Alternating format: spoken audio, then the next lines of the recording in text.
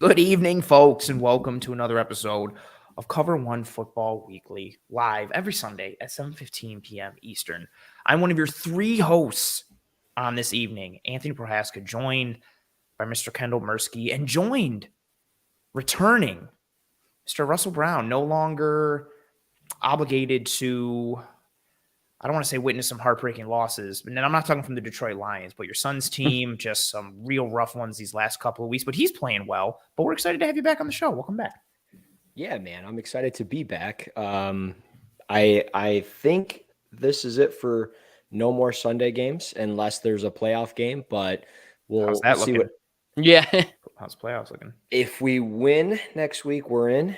If we lose, we still might be in. It just kind of depends. So I think we're in regardless, but it just kind of depends. And the other side of the bracket or divisions, if you will, we'll see how it shapes up. But I'm excited to be back. It's been not fun not being able to watch NFL football with my boys. So I'm excited to be back. We're excited to have you. It's been Kendall and I have held it down, but every week we're like, man, if Russ was here, it's just got to complete the whole tripod action. And that's what we are, back tonight. The three of us haven't been back and regular in this form since week one with how it's been. And, diving into a week 5 that I feel like each week, obviously, like as we've gone into on the show, there has been something to take away from a multitude of games and us trying to figure out like storylines and players and themes and structures and all these different pieces from a variety of games. This week, it was a bit of a weird week as we were talking throughout the day and trying to figure out like what to narrow in on, what to focus down on. And then as we started to go through the slate of games and the results, we kind of honed in on not a short few, but a decent amount. Tim comes in and says, glad to see you, Russ. I'm glad we know that Tim's a liar. Tim's not really a but no, we are. Yeah, we're glad to see Russ too.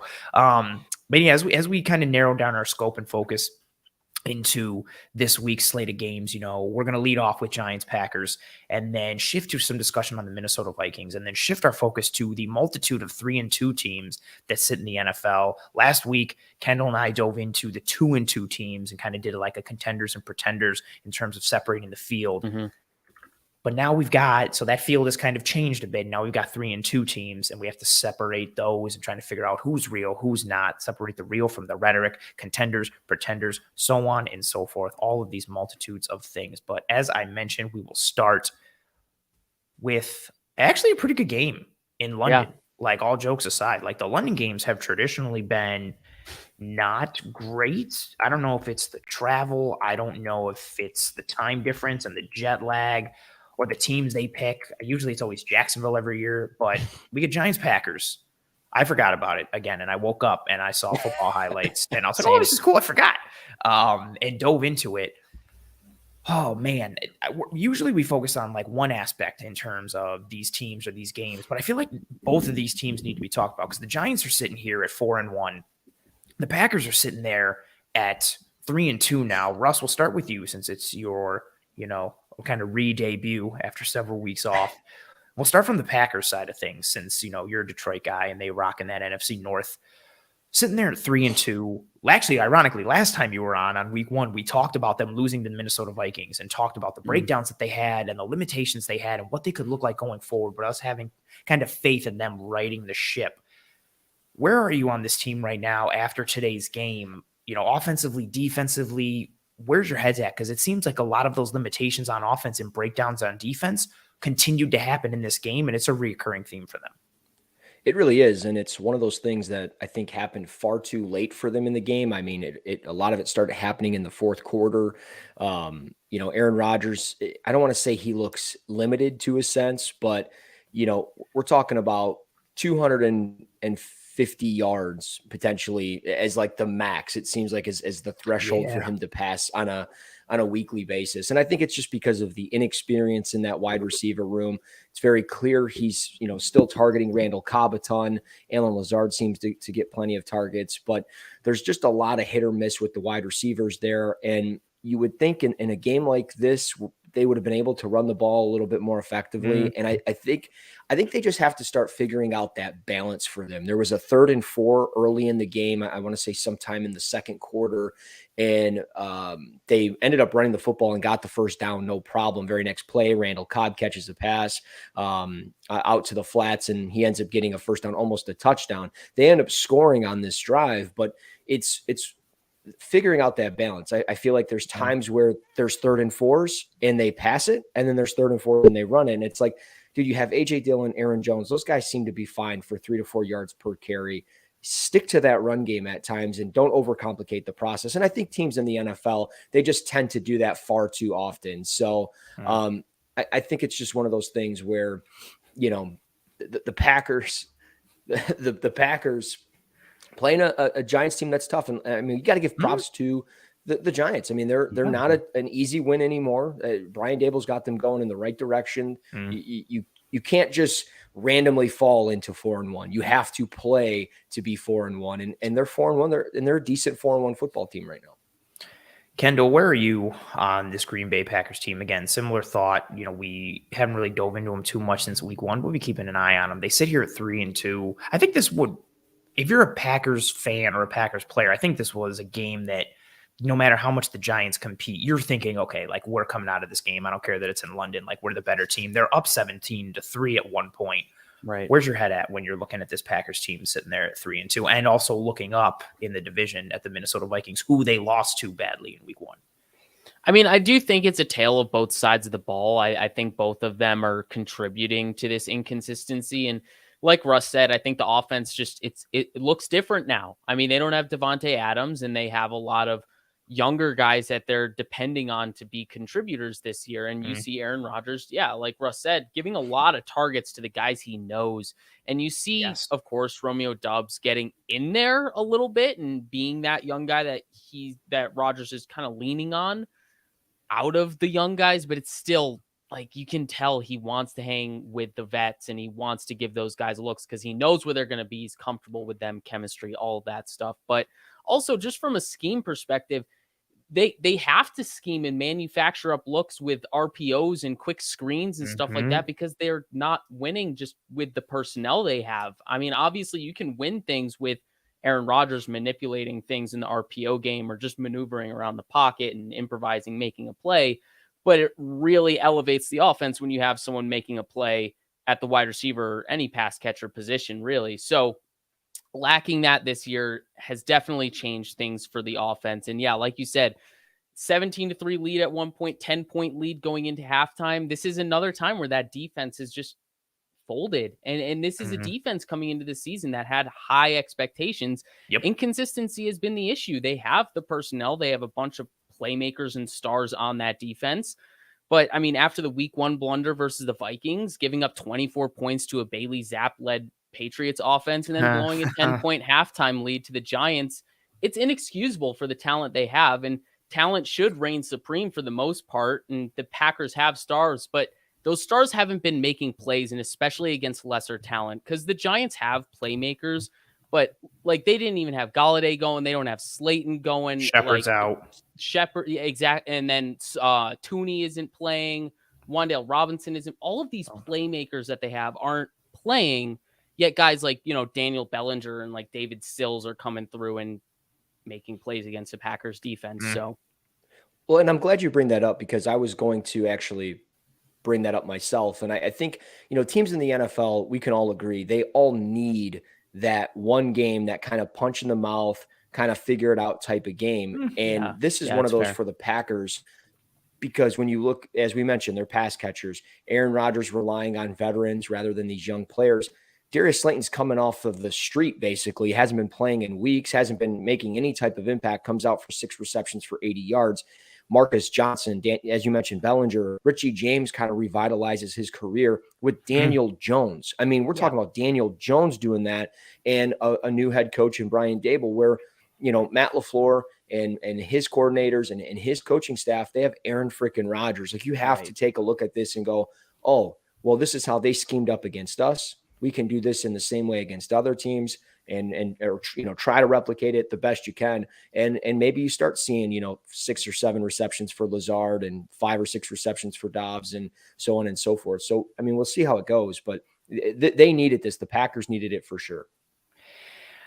I'm going to start on the offensive side of the ball. Just with seeing what you're seeing from Green Bay, I thought it was so telling that, I mean, granted, it's Wink Martindale, and we know that he wants to blitz and chaos and so on and so forth, but just how fearless the Giants were on third downs and in high leverage situations, them just being comfortable manning up on any of the Packers' weapons and blitzing. They attacked Aaron Rodgers regularly. They blitzed on third downs. They blitzed on critical downs.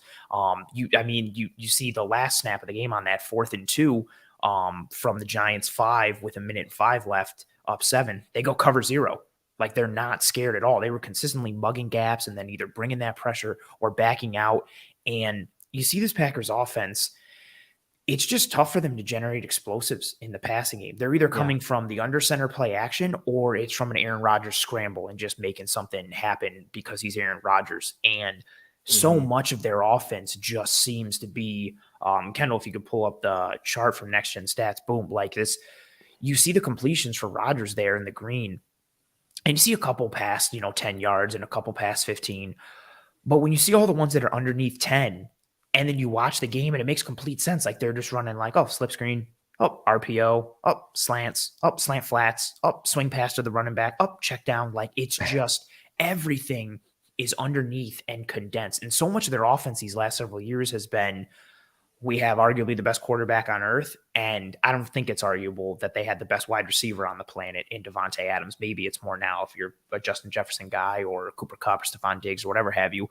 But so much of their offense was just like, we have these two amazing players and they have great chemistry and they're just going to go make a play. Like, that's it. So much. I remember seeing something like, 72 or 73% of like the Packers offense was like run through Devontae Adams as like not the point guard, but like that center focus, like patient zero for so many of their looks and plays just stemmed from like, well, here's what we do with Devontae Adams on this play. And then there was either an alert or a tag. Rodgers took it. And it's hard to blame him for going to Devontae Adams, but now he's gone. And they're still living in this world where they can't push the ball vertically because Rodgers, I don't think, has enough faith in Watson, which I understand. I don't think he has the faith in Dobbs, which again, I understand. He's gotten some shots to Lazard deep, who is like his favorite guy, but Lazard isn't built to live in a world where he's the guy who's going vertical regularly. And when you're living like this with Aaron Rodgers and this Packers passing game, you can win this way. It's not crazy, but you have to be so precise in a variety of ways. You have to be on timing with your footwork and your throws and your reads from the quarterback standpoint. The receiver has to see the same thing that you see at the exact same time. The line has to hold up. You can't get any press or reroutes from the defense. It's hard. It's not impossible, but it's hard to live this way. And coming into today's game, Aaron Rodgers' ADOT was 6.7 yards, his lowest of his career since 2007, which was his second year as a starter. And also this year, he has the highest pressure converted into sacks for him individually since 2012. And his rating when pressured is his lowest since 2015. The line has been banged up a bit. They started to get healthier with Bakhtiari coming back, but you're just seeing Aaron Rodgers just can't keep like being Aaron Rodgers all the time. He's getting older. He's still mobile, but he's lost some of that mobility. He doesn't have his number one weapon. They literally bring Randall Cobb back, who's been effective, but I think they bring him back just because Rodgers was like, I need somebody who I trust. I've only got Alan Lazard. I hate every rookie because I'm an old curmudgeon and I'm mad at the world. And I do bath salts or whatever I do to unlock my focus for games. And offensively, they just seem limited. And Aaron Jones and A.J. Dillon are their two best players, Russ, like you said. But how many teams are rocking like pony personnel with two legitimate running backs on the field? And it's hard to do that formationally. They're trying to do Aaron Jones in more of like a receiver type role where you're putting him in the slot or flexing him out and doing all these things. And I think maybe that will come in time, potentially. But this offense right now is just limited with what they're able to do in terms of stretching the field and where defenses are coming at them. And you see a defense like the Giants who played with no fear, who attacked the Packers today. And that was without, I saw the tweet from Bobby Skinner earlier. That was without Azeez Ojulari. That was without Leonard Williams. Like, they didn't even have some of their best horses up front. And they just came and attacked. They're starting Nick McLeod Bills practice squad Nick McLeod on this Giants team, and you go cover zero. Jalen Smith's playing for them. There you go. Jalen. Yeah, is it Jalen Micah Smith. McFadden starting too? Yeah, I mean they're playing with just a bunch of nonsense. Honestly, I mean Kayvon Thibodeau is probably their best defensive player on the field, if we're going to be honest, as far as overall talent and everything that he comes with. He is the total package. He had 3 tackles today, 2 big pass deflections. I mean, the motor is there, the skill set is there. I think he's obviously going to be a really good pro.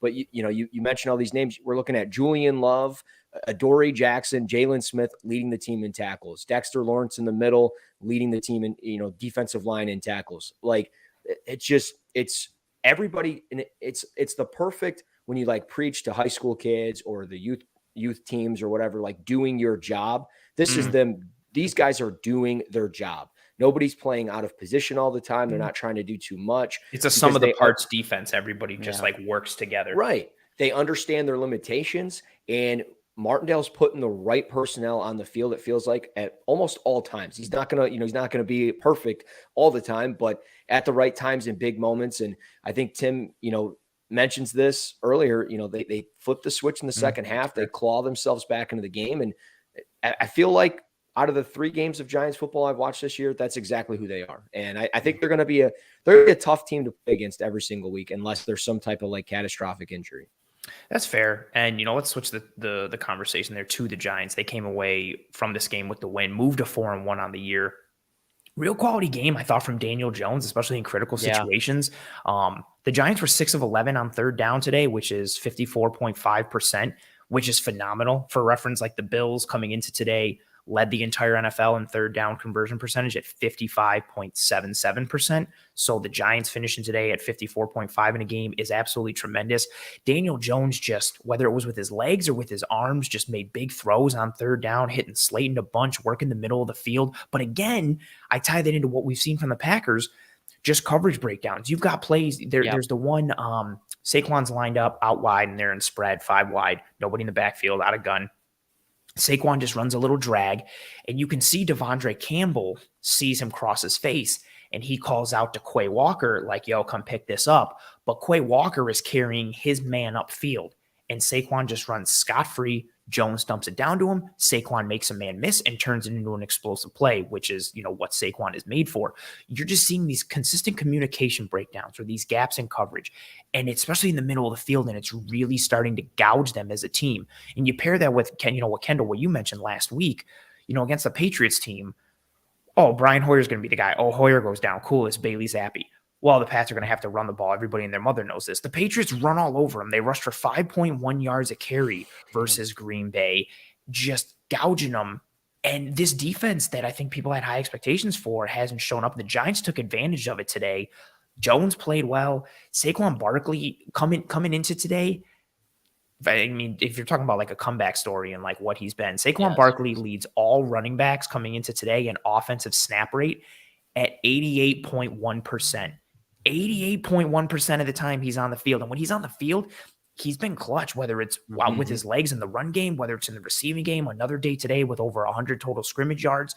He looks good for this team. The line has been decent enough, and they've been able to patchwork this offense together en route to a 4-1 start. Russ, when you're sitting here looking at the Giants, you talked about it, 3 full games as of this point. What are your thoughts around the Giants? Because I think a lot of seeing the record initially, it was like, well, whatever. And then they lose to the Cowboys in an ugly game. I know the Packers aren't reaching the heights that a lot of people anticipated they would, but this is a quality win for them on the road in another country. And you're 4-1 for a young, like, rebuilding team. This is a big win. What are your thoughts on where this Giants team is right now at 4-1? They're certainly trending in the right direction. I mean, they're winning football games without Daniel Jones having to throw a touchdown pass. He hasn't thrown a touchdown pass in 3 straight games. That's wild.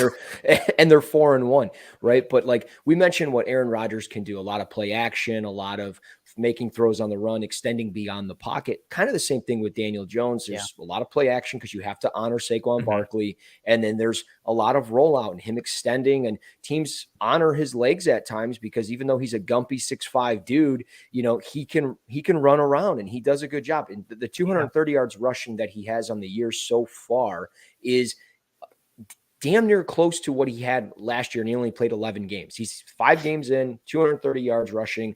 Like, I'm not saying he's a dual threat quarterback, but it's kind of like what Brian Dable had Josh Allen doing at one point, right? Running the football, doing those types of things. And I think it's in a similar way, a very, very poor man's version. I'm not a big Daniel Jones guy. I really don't think he is the guy long-term for the Giants. But that said, again, he's making it work with really no-name receivers. Kenny Golladay, bitches and moans about not getting the football. He throws him the football on Monday night and he makes 2 big drops, and now he's hurt and he's not playing. So like, it's next man up in this offense, and it's all running through Saquon Barkley. Yeah. I love the additions of Andrew Thomas and Evan Neal up front over the last couple of years in the draft. I know they have their flaws. I know there's times that there's big letdowns in pass protection and stuff like that, but I still like both players quite a bit at both tackle spots for them. So those, I don't want to say are like the cornerstones of your offensive line, but they're definitely key pieces because, long-term, one of them might not be there. One of them may be there. Maybe they're both there,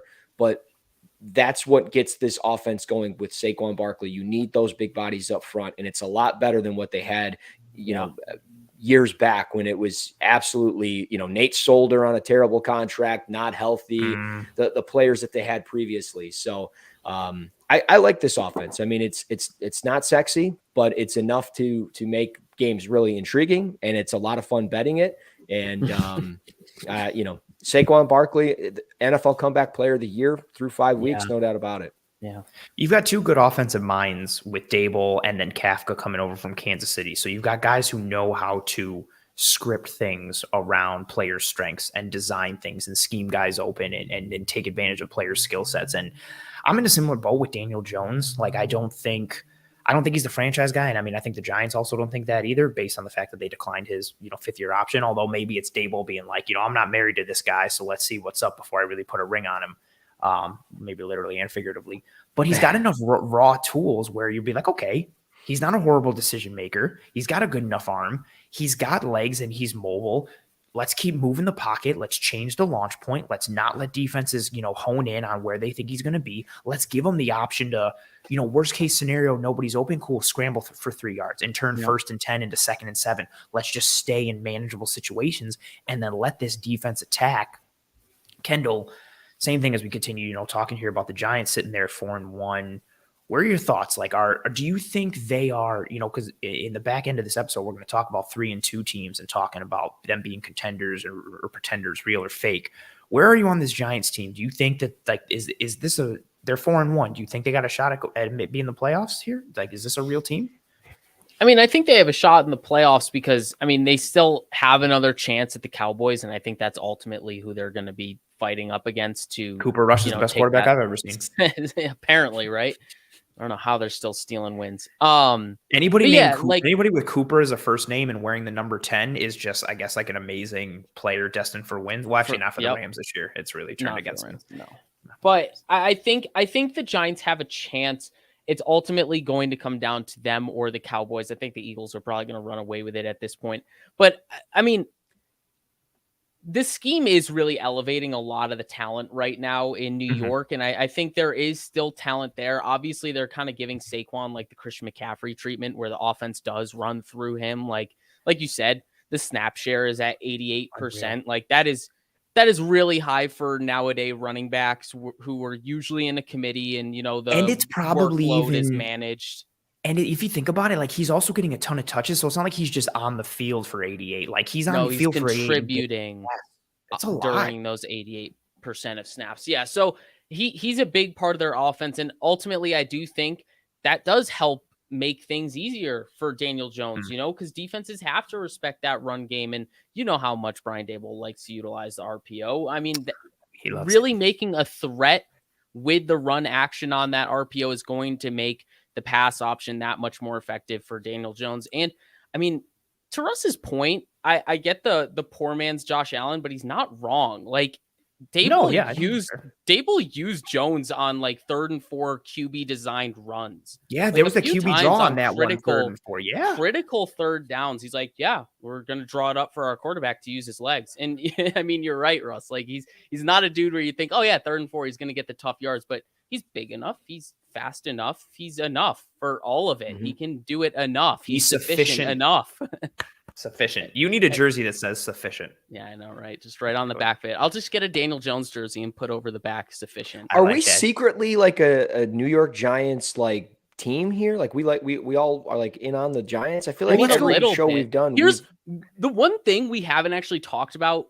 Like, we did talk about Wink Martindale and the defense, but the defense had pieces last year where they were competitive and they were putting up fights even the past like 2 years or so. Even though the team was garbage, the defense was actually kind of keeping them in they've games. had some good pieces. Like Adoree Jackson isn't terrible. Xavier McKinney has started to take a jump. Julian Love is like sneakily contributing for years now. But then they pick up Tony Jefferson off waivers, and he's contributing meaningful snaps today. Like, granted, he's got familiarity with Wink Martindale, but yeah, like they're getting meaningful snaps on that. We might defense. be in on the Giants. I don't know. Well, see, so here's the thing, right? And here's where I want to take it to. So next week they've got so the rest of their schedule, just run it down quick.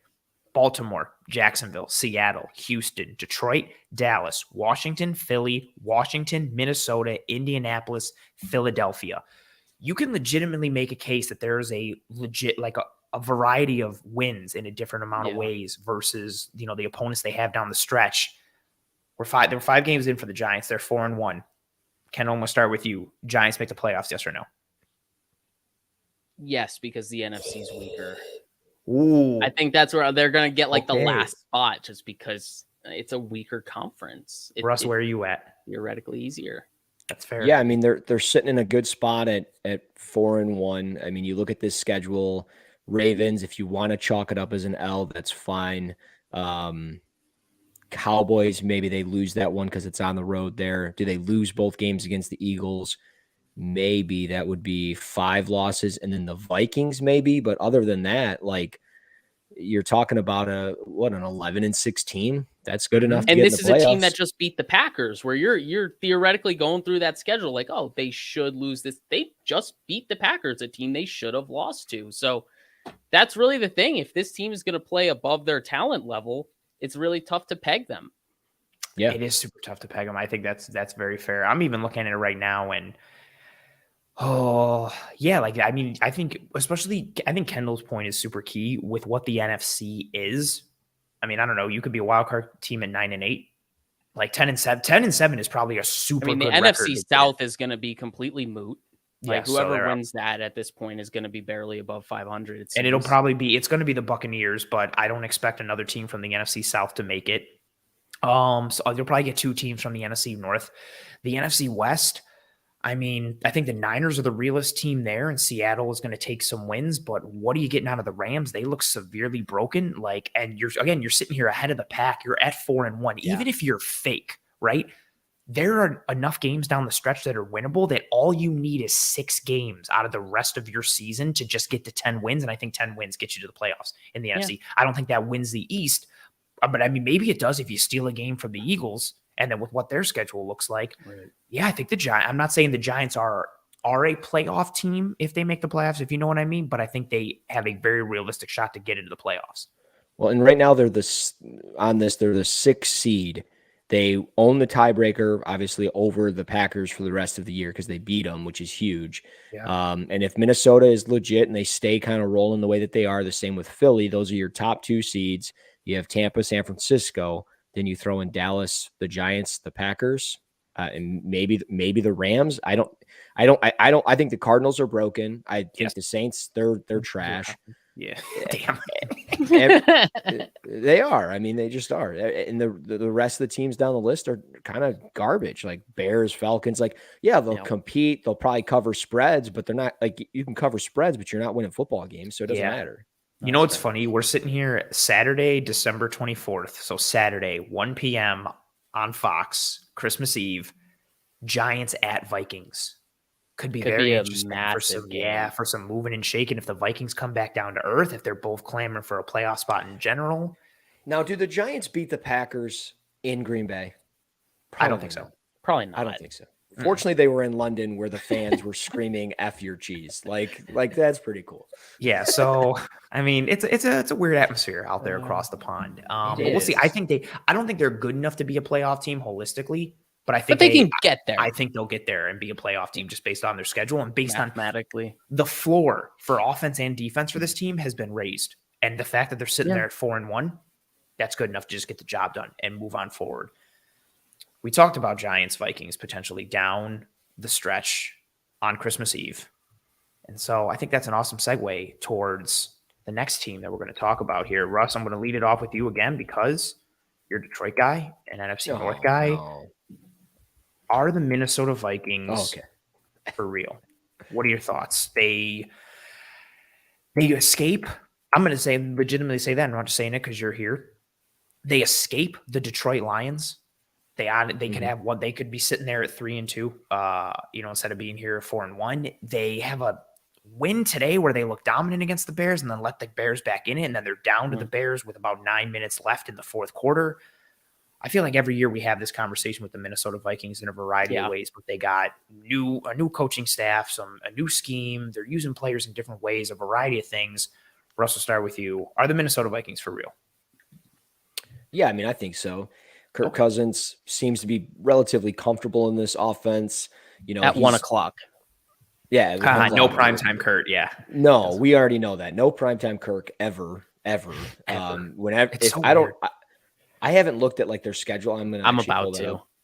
Let me know if there's a primetime game on there. Just chalk it up as a loss. Chalk it up as an L because that's what it is. But no, I mean, Dalvin Cook, if he's healthy, you see how dominant he is. They've got a nice little backup there with Alexander Madison. He can catch passes out of the backfield. He runs relatively well. We already know Justin Jefferson, one of the probably 3 best receivers in the National Football League, maybe 5, at least 5 best, probably top 3. I think you could make a case if somebody wanted to come and say he's the best receiver in football. I disagree, but I honestly wouldn't think that's. I'd be here for the argument. Yeah, I think your top 3 in any order would be Devontae Adams, who would be 1 for me, Stephon Diggs, and then Justin Jefferson. I think Diggs is 2 for you, dude. His route running is incredible. Him with Josh Allen, it's ridiculous what he can do. The short areas of the field, down in the red zone. I mean, he's just so nasty. And sure, DeAndre Hopkins, cool, but he's not healthy or he's suspended. So I don't know what to do with that guy. But yeah, I mean, overall with the Vikings, yeah, their offense, there's so many pass catchers in this scheme where they've got Adam Thielen, who can go off for 5 receptions for 30 yards and a touchdown one week. And then the next week he's got 5 for 75. KJ Osborne has been really nice for them as far as out of the slot. Irv Smith, he was hurt during, training camp, started the year slow, starting to kind of figure it out now. He's getting that role. And, Jordan Hicks in the middle of that defense, Eric Kendricks, those guys bang at linebackers, man. And Kendricks has always been sick. He just always gets hurt at some point. And then Hicks has been good and he just flies around. He's the journeyman. Yeah. And they've got Harrison Smith still back there. Zadarius Smith, who they've added. He's been kind of that presence off the edge with Danielle Hunter. Honestly, Harrison Phillips in the middle of that defense has been relatively nice. I mean, he's clogging gaps and fighting pressure with pressure, being able to 2-gap, doing all kinds of things. So I think overall there's a lot of intriguing stuff within this defense. I know Patrick Peterson is the shell of himself, if you will, but it is what it is. Right. It's still a pretty good shell, but this team, it can score 24, 30 points a game. They're in that range, and that's all you need. Their defense, sure, going to let up 22 points to a terrible Justin Fields-led Bears offense, but it's enough to win the football games. And I don't know what their schedule looks like the rest of the way, but if they end up going 11-6, 12-5, I think it's probably pretty legitimate because of the division that they're in. Ooh, Kendall, what are your thoughts here on the Minnesota Vikings? Are they real? Are they fake? Do you hate them? Do you like the color purple? Where are you at? I mean, my high school is the Vikings, so I feel like there's just this. Oh, so we can't ask you then. You're biased. Yeah, subjective. Bias to it, but no, I think the Vikings are for real. I definitely side with a lot of the things Russ said in terms of what they're giving up versus what they're getting, right? So they're giving up points to a Bears offense, like you said, and the way they gave it up, it just shouldn't have happened. Albeit, we can get to Justin Fields a little bit. He did look all right today. He made some plays with his arm and with his legs. Yeah, exactly. So that was nice to see, but it takes 2 to tango. There were some things that the Vikings were doing that allowed him to do that.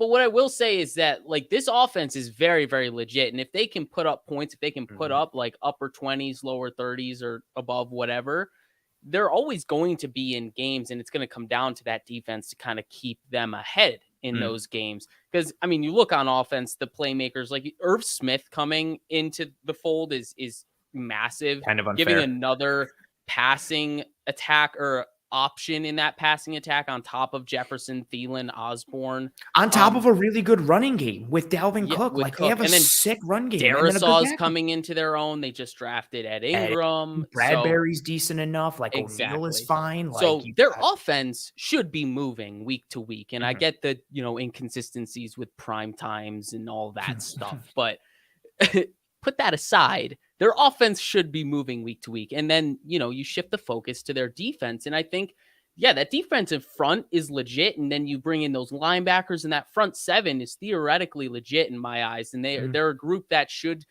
I don't want to say control teams, but they shouldn't be out of control. They shouldn't be getting controlled or being dictated to that front seven. But then it specifically shifts to that aging back end that's depending on some youth to contribute. You got guys like Cam Bynum and Andrew Booth and a Caleb Evans. Lewis and Cam going down really hurt my heart last week. That was tough. Because, now you got Cam Bynum playing safety, converted from corner at Cal. And then Harrison Smith's still good, but he's aging. And then we talked about Patrick Peterson. So it's exactly, you're kind of depending on those guys in the secondary to do something pretty meaningful this year, or at least grow into something more meaningful as the year progresses. And I think that's going to be a big thing to monitor for them, because obviously this is a passing league. You have to be able to stop the pass. They have the pass rush up front, but do they have the horses on the back end to keep everything, top down? That's what I wonder. Like, how does this back end hold up? Because, exactly like Russ mentioned, Kendricks has legitimately been one of the best linebackers in football. With like, you can mention him in the same breaths as the Leonards and the Warners over the last several years, and what Bobby Wagner was doing. Like, Kendricks has been sick for a long time, under Mike Zimmer in that defense, but he was always getting banged up, and usually like big injuries too that take him out for chunks of game or like the season. He's nasty. And then you add it with the front, Danielle Hunter back from injury, seeing over 80% of snaps. They add Zadarius Smith. They've got Dalvin Tomlinson. They've got Harrison Phillips. They've got this good enough rotation from a depth perspective. And then if their top guys stay healthy, you got a nasty pair coming off the edge with Zadarius and Hunter. You have a really nice linebacker in Kendricks. Kendall, you're getting some love for your Shakir jersey from Puka in the chat. Well done. You get some love too for that. That's true. I helped convince you on day 3. So, shout out to me. And then it's a matter of, what can they be on the back end? Like, how close to all-pro Harrison Smith is Harrison Smith right now, and can he be? What do they lose from a athleticism and physicality perspective from Lewis Cine, with how he can just play in a split field look, which they're running now under Ed Donatel, their new defensive coordinator this year, who comes from that Vic Fangio system, natural transition. Cine and Smith would have been a great safety tandem, not to mention what Cine can do coming forward as an enforcer and as a thumper, just the epitome of click, close, detonate. He's done. And can Dantzler kind of be the guy that somewhat reached the potential that people thought he could be? Right. How much is left in the tank for Patrick Peterson, or the ghost or the shell of Patrick Peterson? It's funny because we know him as like all pro Patrick Peterson. You see him out there now. It's like the fact that he's even still like giving you any kind of production is a testament to like, it's a bonus. What he's done. Yeah. Big bonus. And so he's living in that world. But again, all you have to do is just find a way to get some turnovers or create some negative plays. This Vikings offense regularly should put up close to 30 every week. Yeah. This was a run-first team these last several years. They still maintain that run piece with their zone action with Cook and with Madison. And then you bring in Kevin O'Connell, Rams offensive coordinator, to be your head coach. So that zone offense stays and is fine. And then he had some new wrinkles by putting Justin Jefferson 5% more in the slot, using him more in that Cooper Kupp kind of role. I can't tell you how many times there were big plays today against the Bears where it was just like, put Justin Jefferson in the slot, and then he just has one of the best release packages you'll see, and he's getting vertical upfield, whether it's on rail routes or just getting to the middle of field off of it with that two-way go. Like, stopping Justin Jefferson off the line in the slot with a two-way go is one of the hardest things to do in the NFL. So they're moving him around here or there. It's just going to be a matter of, like all jokes aside, like laugh out loud, Kirk Cousins, like, can he do enough? He's got the ability. They've changed their offense a bit. It's more progression passing and window reads instead of just being, we know we're a run first team. We're going to see cover 3, or single high safety. So we're calling this play to beat single high safety. Now they're seeing a variety of things because of what they can do on offense, but the pieces are there. And even KJ Osborne is like your number 3. And then Irv Smith down there. Those are fine pieces to complement Justin Jefferson and Adam Thielen, and then a dynamic 1-2 running back punch with a fine offensive line. I would say fine to good offensive line, depending on what Darisaw can be and how Ingram progresses as a rookie. There's some things to like. Yeah, I think this Vikings team is for real. I don't know if they end up winning the division and how it shakes out. Also, they only have one primetime game left. But yeah, I think they're for real. Russ, what do you got? Russ, you have something to say? Okay. Yeah, no, I'm just looking at their schedule and they play the Dolphins next week in Miami. We'll see how that goes, but they then play the Cardinals after that. I believe that will be DeAndre Hopkins' first game back. I think it's only a 6-game suspension for him, if I remember correctly. Correct. And then they play the Bills at Buffalo. They could potentially be, well, then they play the Commanders. I'm chalking that up as a win. I mean, but you should. they go to Buffalo. They go to Buffalo. They're going to potentially be a 7-1 football team. I don't know if it's too early in the season, but could that game be potentially flexed into a 4:00 national broadcast on CBS or something? Potentially. Sounds crazy, but I think anything could potentially happen on that. But I'm looking at their schedule and I think it's very favorable. I know they might let teams like the Bears back into the game, but it's very favorable. And, they already own one of the games over the Packers. The way this shapes up, as Walter says, they should be able to run away with this division. Yeah. If you're looking at that schedule, after the Bills, it's Dallas, who, I know they're 4-1, but I think you could make a case that that game could go either way, worst case scenario. But even if you want to chalk that one out and throw it out, cool. They're home against the Patriots, home against the Jets, at Detroit, home against the Colts, home against the Giants, at the Packers, at the Bears. All of those games are realistically winnable. None of those games are we looking at and seeing the Vikings are probably the dog in that game. And if they are the dog, it's maybe a 3-point spread. They're close to being favored in each of those games or a close dog, depending on what Vegas is going to give those odds with. This is a good football team with a functional offense and a new dynamic now with how they're using Justin Jefferson. It's just going to, so much of it's going to come down to quarterback play. But because that running game is so good, I don't even know if this is going to be one of those they'll go as far as Kirk Cousins takes them. Because if he sucks one game, they can be cool, we're just going to run it 30 times with Madison and Cook and our good running offense and use some play action, create some explosives one-on-one with Justin Jefferson or Adam Thielen or Irv Smith, just run some wide cross or some deep overs, boom. And you might just get some regular explosives out of that. They've got potential because of their talent and how they're scheming things for this team. So very interesting to see where the Minnesota Vikings are. And yeah, that game in Buffalo could be a real fun one. Especially depending on what the Bills are coming into in that game. They've got Kansas City and Green Bay in between then, so it could be a very interesting showdown. And it's not in prime time, so Kirk Cousins has a chance. So good. He has a chance. He does have a chance. Kendall, let's pull it up now. 3-2 teams. Let's run through them. So what we're going to do here, we're not going to go into crazy too much. We are going to go in detail, but not a ton of time on each team because we would be here for forever. But we are going to dive into all the 3-2 teams currently in the NFL. And much like what we did last week with the 2-2 teams, we are going to label them as contenders or pretenders for one big reason, a multitude of reasons, whatever have you. We're just going to go right down in order how Kendall has them pulled up. So Kendall, it's on you. What do you got? First 3-2 team we're looking at here. First team is the Green Bay Packers, who, of course, we've already talked about a little bit, but, got to put the final label, stamp of approval. Russ, you got contender or pretender?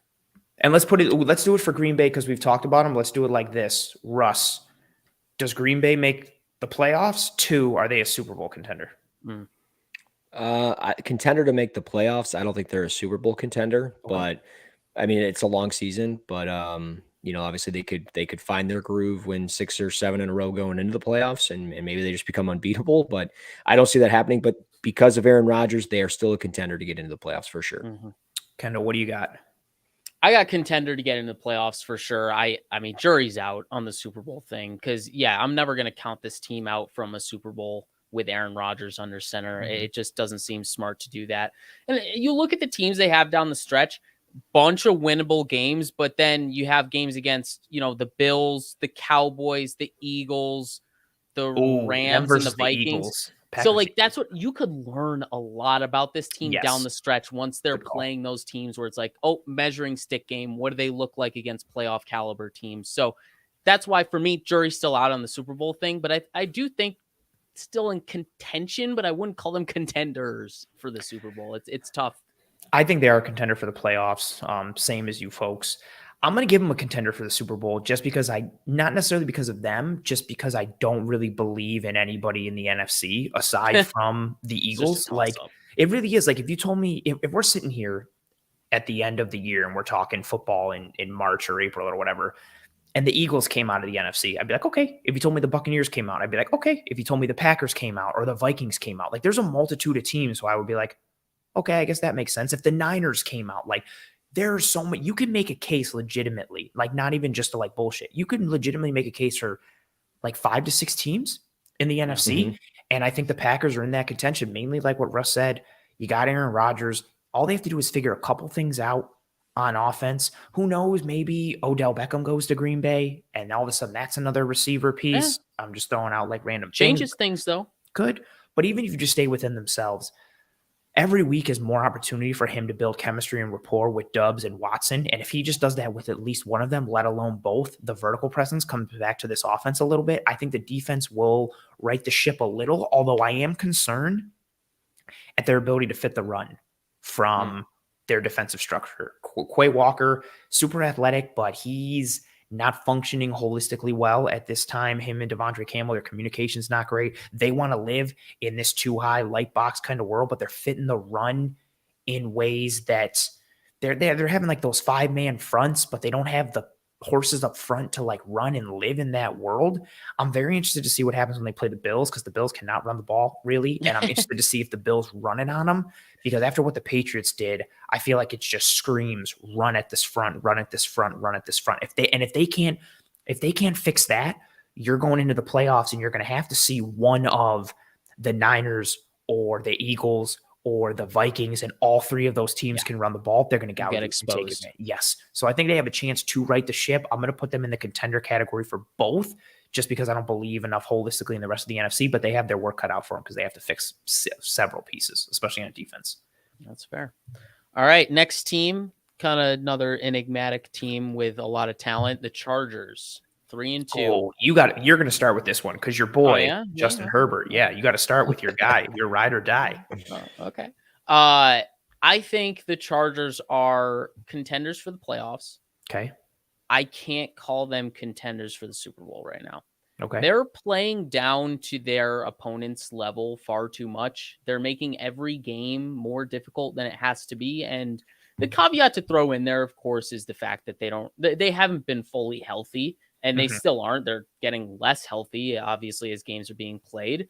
But, I mean, Keenan Allen not being in that offense really does kind of suppress the efficiency and really what they want to do in attacking that short to intermediate area because that will open things up for Mike Williams down the field. And they're kind of trying to use Mike Williams in that way a little bit. And it's just tough to get it all working how they want it to work when they don't have that superstar in Keenan Allen to attack that level of the field and make defenses respect that level. So it's really tough to project to the Super Bowl and what they would be if fully healthy and all of that stuff. But I've seen enough to this point that tells me I don't have enough supportive evidence to tell me they're a Super Bowl contender for this year. I think they need a little bit more experience, which is honestly shocking with what they've brought in this offseason.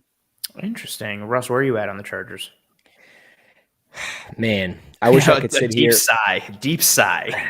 I wish I could sit here and say, yeah, they're Super Bowl contenders, but they're just they're not. Like they're contenders to get, I think, into the playoffs because of just what Denver and the Raiders are. But it's going to be tough to trump the Chiefs. I think the Chiefs defense only allowing 96 points this year. They've allowed 136 already. The Chargers, they just get beat up. They get injured at the worst times.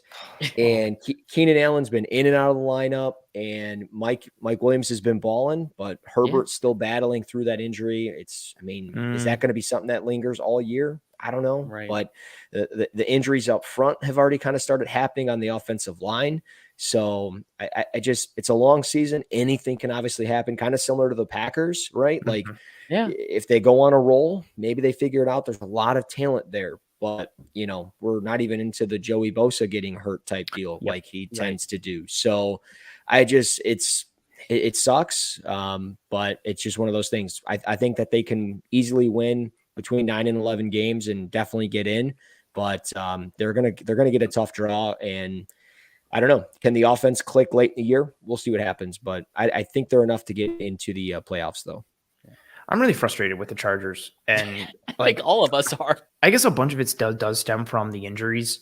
But even that, like like you said, like Russ, it always happens. Like they always get hurt. It's always at key positions. And Kendall, like you said, like Lombardi doesn't push the ball downfield, even though Herbert has a cannon. So they just live in quick game in the short to intermediate, and their best short to intermediate quick game receiver, Keenan Allen, has been out, and they're taking their time with him nursing him back, which they should because he's got a hand. So that makes sense. Slater goes down, but he has a chance to come back towards the end of the year. Bosa goes down. He has a chance to come back at the end of the year. I think they make the playoffs. The reason I'm not discounting them as contenders for the AFC is because if they can just tread water and start to fix some things, and then Slater comes back, and then Bosa comes back, and Keenan Allen comes back, I think that potentially changes things. And when you have a quarterback like Herbert, and if you're going into a playoff game and you've got Justin Herbert, Derwin James, Khalil Mack, and Joey Bosa, and then Keenan Allen and Mike Williams, I give you a chance against anybody. I'm not going to say you're the favorite, and I'm not going to say that like it puts you in a situation where you should be an odds-on favorite, but I would give them a puncher's chance against anybody in the AFC just because of the studs that they have. It's going to come down to how healthy they are and then how that depth plays. But I'm also a little disappointed. Granted, today they played the Browns, and the Browns have a really great running attack. And the Chargers got some stops from time to time, but we're still sitting here with this. Like, I just don't think you should be giving up 28 points to a Jacoby Brissett Browns team. J.C. Jackson. They honestly shouldn't have won if that field goal is made too. Very true. The Browns were in field goal. And then they go for it on 4th and 2 at midfield. Again, they don't get it. And I understand the odds, but it seems like every 4th down scenario for Brandon Staley bites him in the ass. Like it seems like they never get it. It really and they end up losing. It could go back to that Thursday night game last year against the Chiefs. They went for it on like 78 4th downs and they got none of them. Then they lose by like 3 or whatever. They're just snake bit as a team, whether it's like bad luck or injuries. I mean, honestly, they're sitting here at 3-2. They should be 4-1 if Herbert doesn't have the miscommunication in the red zone down on the goal line against the Chiefs, and then that turns into a pick 6 for Watson. Like the Chiefs could be sitting here at 3-2 or 2-2 right now, and the Chargers could be 4-1 on top of that division. But it seems like every year that happens for the Chargers. We're always like, well, if these ridiculous things didn't happen, and we've been doing that for like 15 years, it seems like it's always just like these things with the Chargers. And that's what's holding me back for them. Not to mention, again, their offensive scheme and just some of their top guys not playing like top guys. Again, Amari Cooper's fantastic, but he cooked the hell out of J.C. Jackson on his touchdown today. And you can't have that when you've got injuries to your other studs. Like, to compare it to a team like the Buffalo Bills, like the Bills have been banged up in a variety of spots. So you have the depth guys raise their play, and their starters like Milano and Edmonds. These other guys are continuing to be studs and are playing above that. If you're the Chargers, cool, Bosa goes down. Mac has to be Mac, and he has. Derwin James has been getting beat. J.C. Jackson's been getting beat. You have to have your stars weather the storm, and they're not right now.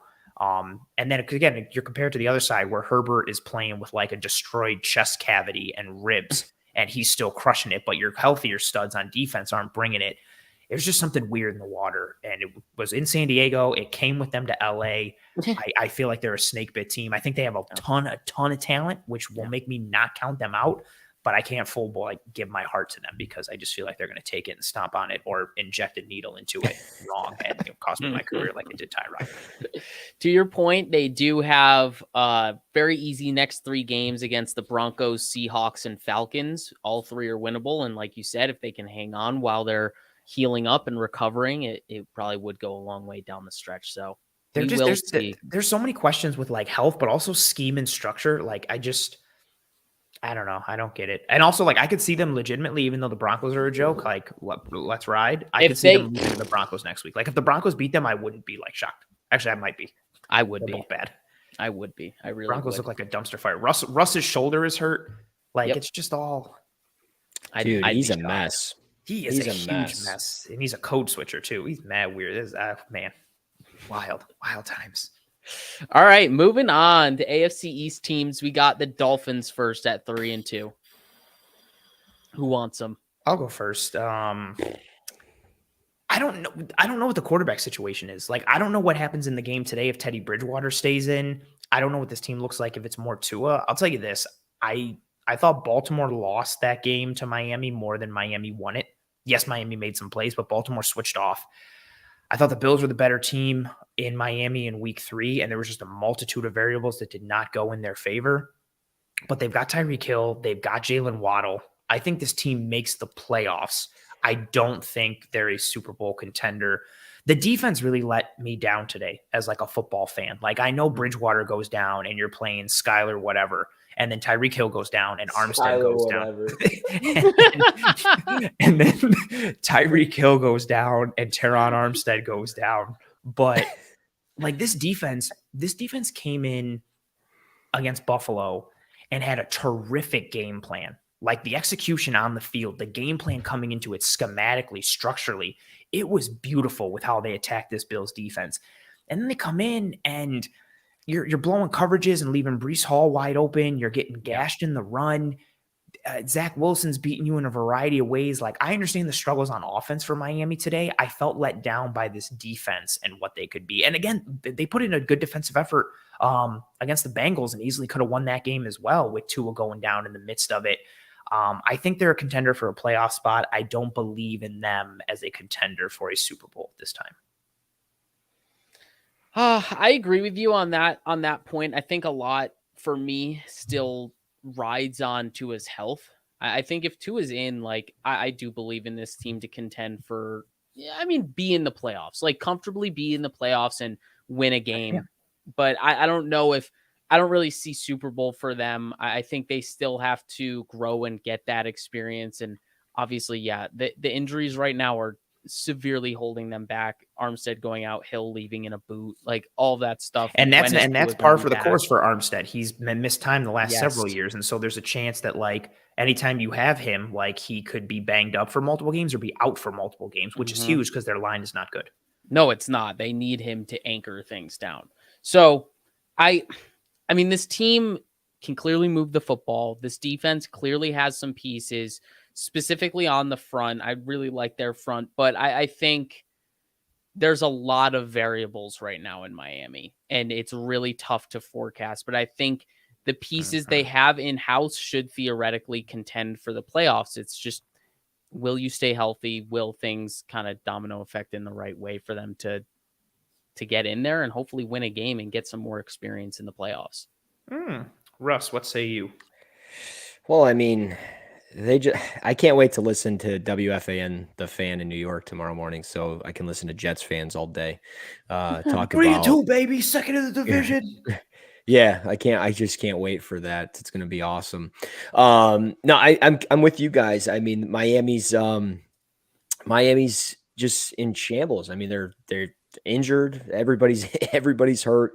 I've never really been on the whole Miami bandwagon, even though I know, they had 3 solid wins to start the year. And they did look legit, but the injuries they're obvious, and they play, as we mentioned, a Vikings team that's 4-1 that seems to be, a pretty real team this upcoming week. So they could be 3-3 after next week. It's not necessarily a hard schedule from there, but You look at, potentially Cleveland having to go to 3 straight road games starting in December to start the month of December, San Francisco, the Chargers, the Bills, like those are going to be tough games. And if they're 3-3 after next week, and then you throw in those 3 games, potentially a road game against the Patriots, you have the Packers who, as we mentioned, are a contender. I don't know. I look at this Dolphins team. I think maybe 8-9, 9-8 because of the health injury, the concerns there. Could that get them in? Maybe, but for now, I'm going to just say no. No Miami in the playoffs. No Miami for in the us. playoffs for us. I think that's fair. Again, it's so frustrating with Miami because there's just so many variables, positively or negatively. Like if you wanted to make the case that you think they're an 11-win team, okay, I could listen to it. If you wanted to make the case that they're like a 7-win team, I'd be like, okay, I'll listen to it because there's just so many unknowns with this team, and which is unfortunate for them and for Miami fans, but also not for Miami fans because, everybody's obnoxious, so I'm not even going to go there. Are we sticking in the AFC East with the Jets now? We are. We are moving on to the New York Flying Jets. I like the Jets. Like there's certain pieces. Like I like Sauce. I like he had a Jermaine really Johnson. good game. He did. I really like Robert Saleh. I love Garrett Wilson. I like Elijah Moore. I like the Breece Hall, Michael Carter combination. I like how they're getting around having a deficient offensive line because of all the injuries. Like Kendall, you and I talked last week that like Elijah Vera Tucker is like the last man standing, up front for that group. But they're piecing it together. I like Robert Saleh. They play hard. I don't think they're going to make the playoffs, but I think they're going to be a tough out for teams because now I think they're starting to believe a little bit in themselves, and they've got some talent. Like realistically, like you look what they revamped on the defense, bringing in like Jordan Whitehead and CJ Mosley's playing well. You do have some pieces up front with Quinnen Williams. Carl Lawson was a great signing for them last year, in my opinion. He pops his Achilles, misses the whole year, but he comes back this year. He's giving you some kind of burst off the edge, although he's not, him. I don't think he's his full self, and I wouldn't expect him to be just coming a year off of, an Achilles injury like that. But they've got some pieces to be a tough out for teams. They can do some things on offense with their chess pieces. I still don't know who or what Zach Wilson is at this point. I think his arm is solid. I think he can make plays with his legs.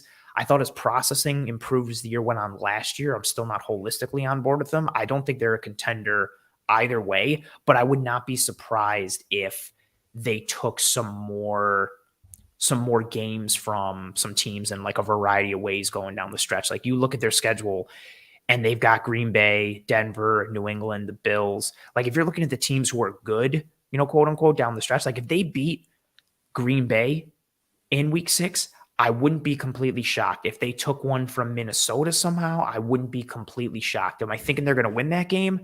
Absolutely not. But they compete and they got some talent. I just don't think I don't think everything is coming together enough for them to be a consistent like playoff threat or believe in this team. But I think there's some things to like, and I'm excited for what they could be next year. But this year, I don't think they're a contender either way. And once they start to play the bigger and better teams on their schedule, I think we'll start to see that more and more as they kind of come back to earth a little bit. I mean, looking at their schedule, I kind of have them capped at probably a ceiling of 9 to 10 wins. So I think there's if everything goes right. If everything goes right. So I think there's a feasible chance for them to sneak into the playoffs, but yeah, everything's got to go right. And I don't know if I'm there with this team yet. I really do like what they're doing in terms of their rebuild. And I think they still got to work on building that defense in terms of young talent. And they started that this year in the draft. I think they still have to invest in that a little bit more, but I'm a believer in Zach Wilson. He's got all the tools. He's showing it through the first 2 games in terms of just kind of progressing on those tools and acknowledging what he has. Obviously, he has the arm talent. He has the athleticism. He just kind of has to piecework it together and make the right decisions. And I've seen some good decision making this year, especially better than last year. And like you said, it got better as the year progressed at last season. But we need to keep seeing evidence of that if anyone's really going to buy into the Jets holistically, because it starts and ends with the quarterback. And I mean, they're trying to figure out if he is the face of the franchise, And he's been doing enough to win games the past couple of weeks, but is he the reason they're winning those games? So you kind of have to move on and assess the team in that direction. But there is a way, with the way they're playing and the way they've set up their culture, there's a chance they could believe in themselves enough and give the effort enough to fall into 9-10 wins. Oh, yeah. I mean, yeah, there is a path. I don't see that happening, boys. I'm sorry. No, I don't think blame they're- you for not seeing it happening. I think it's possible. Realistically, I think they're a 6-win team, maybe 7, but I think the ceiling could get pushed higher than that. Again, if everything goes right, Kendall, like you said, they could push up to like 9 wins. For me, I'm sure, like you said, that O-line is going to come back down to earth. At some point, Wilson's going to be running for his life. Like you're not just. Well, I don't know. Elijah Vera Tucker has been playing out of his mind. Yes, can he play 5 spots at once? Yeah, right. I mean, and Connor Rogers been tweeting it out. I think it's at Connor Rogers NFL. He, great follow for Jet stuff and all that stuff. But he had mentioned like Vera Tucker hasn't been giving up any pressures like all year. He's a bunch of pass blocking snaps and just not giving up any pressures whatsoever. And it's one of those things that that's great. That's a good story. That's a good pick by them when they drafted him. But this team is just, I can't buy into them. I mean, they beat up a backup quarterback today in Skyler, whatever his name is, right? That's what we're calling for the sticking with that. You beat up on Mitchell Trubisky and the Steelers, who, Trubisky should have never been the starter. It is what it is. But I look at this 2 tough road games back to back, Packers and the Broncos.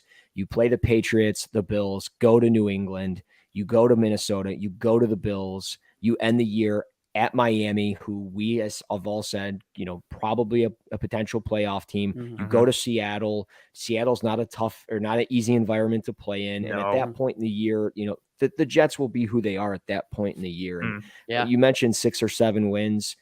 I think that's where they go. And I think that's what they are. I just, I hate saying that. I like Robert Saleh. I like a lot of the players on that Jets team, but there's not enough there for me to buy into that right now. I think if you give Sauce this year, he comes into next year, and don't get me wrong, very good rookie.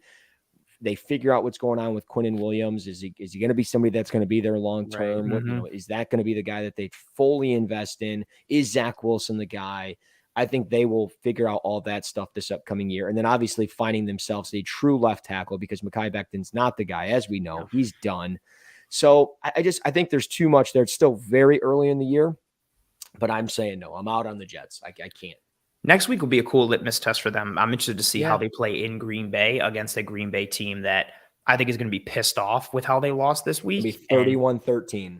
Yeah, like if that comes out, then I think everything comes crashing down. But I'm interested to see, do they fight? And is it like a 31-24 or 31-21? I'll be like, oh, okay. And they had an opportunity here or there. We'll see what they do against these like litmus test kinds of teams. All right. I believe we have 3 more left. We're going to start with the Tampa Bay Buccaneers. Oh boy. I don't think Brady's cooked. I think a lot of this team is hung up in their injuries that they've had as a team this year. I think so much, and it gets talked about here and there, but so much of Brady's run in New England was tied to how good and consistent their offensive line was. And then he goes to Tampa Bay, and I understand it. Like the talk is like, oh, well, like Mike Evans and Godwin and Gronk, their offensive line was sick with Donovan Smith and Marpet, and then they draft Tristan Wirfs, who as a rookie is like arguably the best right tackle in all of football, and Jensen is a really great center. And now they come into this year, Jensen goes down, Smith has been inconsistent and banged up a bit. They somehow get Shaq Mason for like peanuts from New England. I don't know how they did that, but I like that piece for them. But their offensive line has just been inconsistent. And Brady needs that as he's always been a statue in the pocket, but even more so now at like 59 years old. He can't be getting pressured like that. And then you factor in, okay, well, can they rely on the weapons? Godwin's been banged up. This team is such a heavy 11 personnel team, and they use Godwin as that dude to dig out safeties or crash down on edges and win in the run game. He's been banged up. He's getting back a little, little by little. Played last week, played this week. Evans missed that game because of the suspension, because of the fight with Lattimore. I still think they're legit from a weapon standpoint. They just have to get healthy. I think they're a contender for both the playoffs and the Super Bowl just because a lot of what this NFC is. And I know what happened against Kansas City. I still believe in the defense. I like Antoine Winfield Jr., Devin White, and Levante David. Vita Vea is still a constant mismatch. You got Barrett up front. I also like Tryon Sharenka. They've got some fun pieces up there. Maybe, Hall starts to develop as the year goes on. I think they're good enough to get to the Super Bowl again coming out of the NFC based on what the NFC looks like and based on how things could start to click for them as they get healthier. So much of who they've been so far, everybody's jumping on the, Brady is cooked train, and I would love to jump on that, but they've had injuries up front and injuries to his weapons. I think it's hard to kind of grade him out in terms of evaluation given the variables that exist on this offense. But yes, I believe in them as both a contender for the playoffs. I think they make it, and I do think they're a contender for the Super Bowl, unfortunately. Russ, what do you got? Yeah, no, I'm with you. I think that this is easily a 10, 11 win team. I definitely think they're going to be going into the, playoffs for sure. They play in a garbage division, and I mean, that's enough to get you in. And yeah, Brady they're getting playoffs, in. Yeah, like Brady in the playoffs, and like, sure, they played the Falcons. We know the Falcons aren't any good, but they were up 21-0 in this game. They gave up 15 points in the fourth quarter. But the big thing that stood out was just obviously Brady. Everybody's saying he's cooked. He comes out, throws for 350 yards. He's getting a divorce. Antonio Brown's sending out memes all day about him and his wife. Like, it's the weirdest thing in the world. But he plays incredibly well. Right. Leonard Fournette catches 10 passes out of the backfield. Mike Evans comes back. Chris Godwin's coming back. The big player that I don't think enough people are really going to be talking about because it's all going to be overshadowed, but Cade Otton, the tight end. 2 weeks in a row now. He had 6 receptions on 7 targets for 2 weeks in a row. He's coming in healthy. He's going to start picking up speed and steam and all that stuff. So, and we know how much Brady values the tight end piece. Yes. If he can start to get production from Otton, who can block and function in the pass game, then all of a sudden he's not Gronk, but all of a sudden that option opens for them a little bit more, which is huge. Exactly. So you look at their schedule, and the next 2 weeks should be wins. They'll get into some tough stuff, but yeah, I'm with Tim here. You can't envision any other team getting in. It's not the Panthers. Exactly. Matt Rule's probably going to get fired tomorrow. What they're doing. Yeah, they're terrible. I mean, I've already said what I said about the Saints. The Falcons, they're going to cover. They're 5-0 against the spread right now. But other than that, there's nothing else. I mean, hard done out. You know what I was today with Grady Jarrett. Tim's comment here too. Yeah, I got screwed on the roughing the passer. Yeah. Yeah, he got screwed on that. And honestly, I was on VSiN last night talking sports betting and NFL and all that stuff. And everything I talked about didn't play today. Wish I would have played it. Plus 10.5 on the Falcons. That hit. Damian Pierce, anytime touchdown. That hit. Like, what am I doing? What are you doing, Russ? Get it together. You're spending too much time with your son is what you're doing. You're not appropriating and allocating resources to the right stuff. Kendall, what do you got on the Bucs? I mean, yeah, no, I don't need to go into it too much. I mean, it's Tom Brady. They're going to get to the playoffs because no one else deserves to be in the playoffs in this division. And once they're there, the Bucs are going to be a tough out with everyone they have on that roster. I think ultimately it'll just come down to health. I really think that's going to be the ultimate thing with the Buccaneers because their roster is still legit and it's up there as a top 5 roster in the league, even with all the holes that they have on the offensive line with all the injuries. They had like season-long injuries. But yeah, I think the Bucs are contenders for both Super Bowl and, of course, playoffs. All right, moving on. Second to last team, the Titans. I think this will be a fun conversation. The whole AFC, I think the Jags are still the best team in the AFC South. And which I think took a tough turn today in a way. You know what? It did take a tough turn with that loss to the Texans. The Texans fight. They do.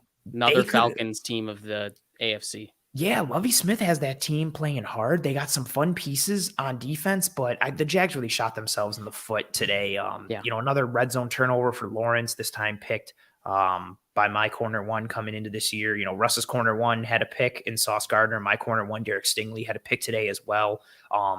They got some pieces out there in Houston, and they fight and they compete. Yeah, they took one from Jacksonville. I hate the AFC South. I think it's an absolute dumpster fire. I'm pissed at it in a variety of ways. Washington easily could have won this game. Wentz throws a pick in the low red zone at the goal line. Made like 3 back-to-back poor decisions in the low red zone. Shocking that Carson Wentz did that. Yeah. I can't believe my eyes that Carson Wentz is throwing Definition making a of horrible insanity. decision. Yep, wild, crazy. I thought what they were last year was a bit of puck luck, to use a hockey term. Like, I didn't think their defense was as good as what it was. I thought they had some studs who played like studs a lot. Landry, Simmons, and Byard balled out last year. And you had week after week where they would just make game-changing plays for this defense. Just Byard's baiting a quarterback in and getting a pick six, and Simmons is wrecking games. And they had a very good simulated pressure package. I've said it on the show before. I like that simulated pressure package last year. I like it this year, but it takes a hit without Landry. You're now relying on Simmons and Byard to make a ton of plays, and I don't think that's feasible. Your secondary is banged up. There's inconsistency there as well. And then on offense, you lose A.J. Brown. Traylon Burks goes down. So now you're just hoping you can rely on Derrick Henry and just get something out of Woods and Westbrook-Akina and Kyle Phillips and whoever else you can. I think they can compete for the division title just because the Jags are still young. And the Colts are, I don't know what to think of the Indianapolis Colts right now at this point, but I think that division is 1,000% up for grabs. So I think the Titans could make the playoffs.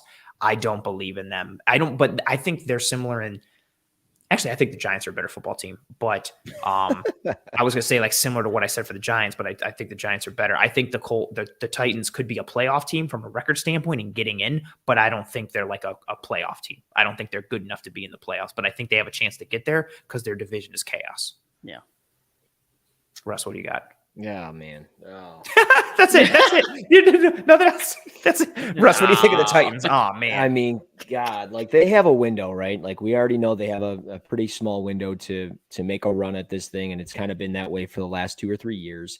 Yeah. And it is kind of that way right now, right? Like Derrick Henry's kind of getting back into rhythm and doing what he's doing. He's up to 400 yards rushing. He's got 5 touchdowns on the year now. Ryan Tannehill is who he is. He's going to manage the game the best he can. And, you know, I'm really excited to see what Ryan Tannehill does, or I'm sorry, what Malik Willis will do within that offense in the future, but the future isn't here. So, I mean, Robert Woods still kind of being that steady 5 reception type receiver for 75 yards. Maybe it's closer to 50 yards now as he gets a little bit older. But Traylon Burks, he's on the IR for the next 4 weeks.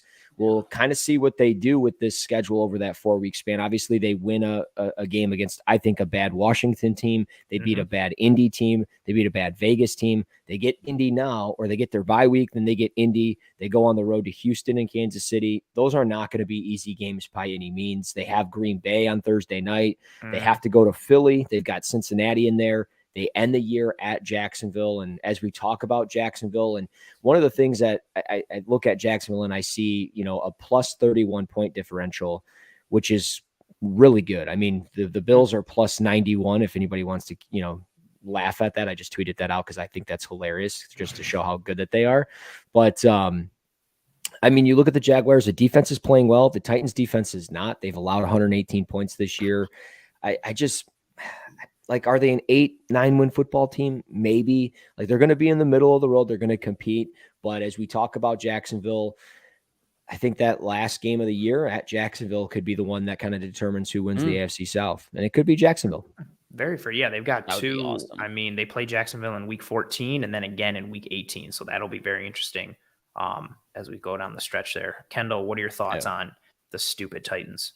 Yeah, I ultimately think they're stupid pretenders, but they're going to get in because, it's just like, I mean, I really want to believe in the Jaguars. And like, I have some freezing cold takes already on the Jaguars. Like, I've already hyped them up too much, but that youth and inconsistency going to show all year? Because ultimately this talking point with the Titans getting into the playoffs, it's through the Jaguars. The conversation just shifts to the Jaguars. They're like the gatekeepers for the Titans to get into the playoffs. If the Jaguars fold, then the Titans get in. If the Jaguars perform to their potential, then the Titans won't get in. I don't think there's going to be a wild card from the AFC South. And that's the question. That's the question. Like, I think the Jags are the better team based on how they've been put together, but they're better guys are all first and second year, or like Josh Allen is their best guy and he's still a young guy. So like, what are they able to put it together enough to get them forward versus the consistency of Tannehill, Derrick Henry, Mike Vrabel, Byard, Simmons, even mix in with the rest of their crew, like Robert Woods, even what they have on the line. Like that's the big consistency. Like, does their floor win out versus the ceiling of the Jags? Because like what we saw today, the bottom can fall out of the Jags at any minute just because of that youth, which is again, is to be expected. Yeah. Russ, do you think the Titans have to have like a overwhelmingly losing record to see Malik Willis this season? Like they're not going to pack. They're not going to pack it in if they're 8-6 or if they're even like 6-5 or something. No, like, and if they were like 1-4 right now, I think that they would really be contemplating it as they go into their bye week right now. That's what I thought maybe was going to happen, as they were sitting there at 0-2 to start the year. I'm like, right. Well, Ryan Tannehill's not playing well. Derrick Henry's not running the football. You bring in that little bit more of a dynamic passer or, option at the quarterback position. Teams probably wouldn't load up the box as much. And even if they do, you have a guy like Willis who can get out in space.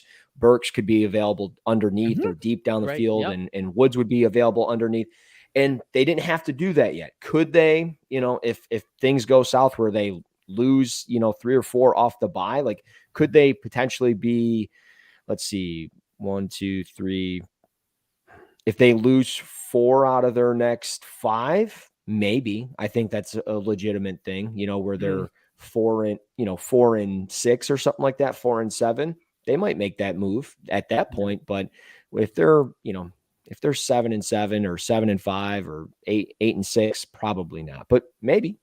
I think so much of it is going to come down to like, even are they 4-6 and they're 4-6, or are they 4-6 and like 1 game out of the division lead? Because the Colts are in first or the Jags are in first, like, because 4-6 sucks. But if you're sitting there at 4-6 and you still have a shot at the playoffs, then Tannehill is your guy, unless he's playing like unless you think he's holding your offense back.